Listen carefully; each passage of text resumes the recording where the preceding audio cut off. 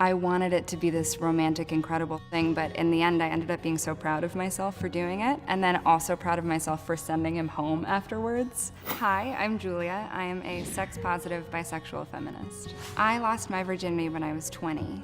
I had met this guy in college that I really liked, and he really liked me, and we were flirting, but he was actually uncomfortable with the fact that I was still a virgin.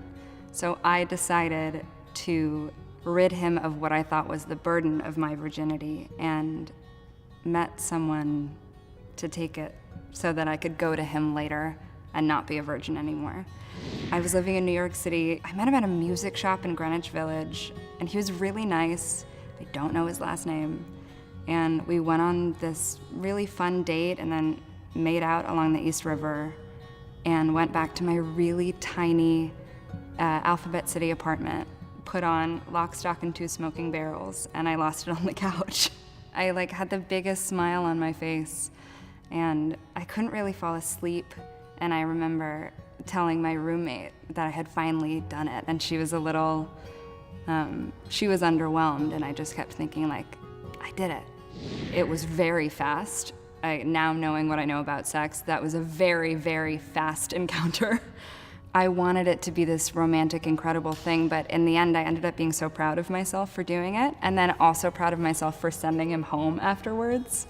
For someone who was so self-conscious around someone that she liked to be able to say, I'm gonna take this because this is my night to do it, and after I'm done, you are out of here, which is really fun.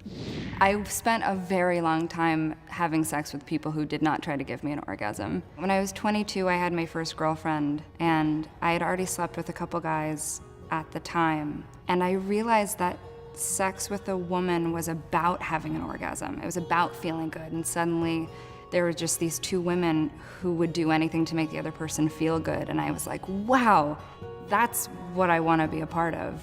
That's something that I want to give to someone, instead of just saying how can I change myself to make myself enough for this person. Suddenly this entire sexual experience was slow and beautiful, and I realized that I'm supposed to come. You're supposed to, both people are. That's the whole name of the game. But it wasn't until I slept with a woman that I was like, oh, I should start asking for this if it's not being given to me. You deserve to be loved. You don't need to change yourself in order to be some idea or some fantasy. You're supposed to feel good in your body, and you're supposed to feel good in your soul, and it's supposed to be something that's a gift to you. And I spent a lot of time sleeping with a lot of people to prove that I was sexy, or to prove that I was hot enough to deserve that kind of love. The thing that I learned, both through my girlfriend and my most recent boyfriend, is the sexiest thing you can do is be yourself.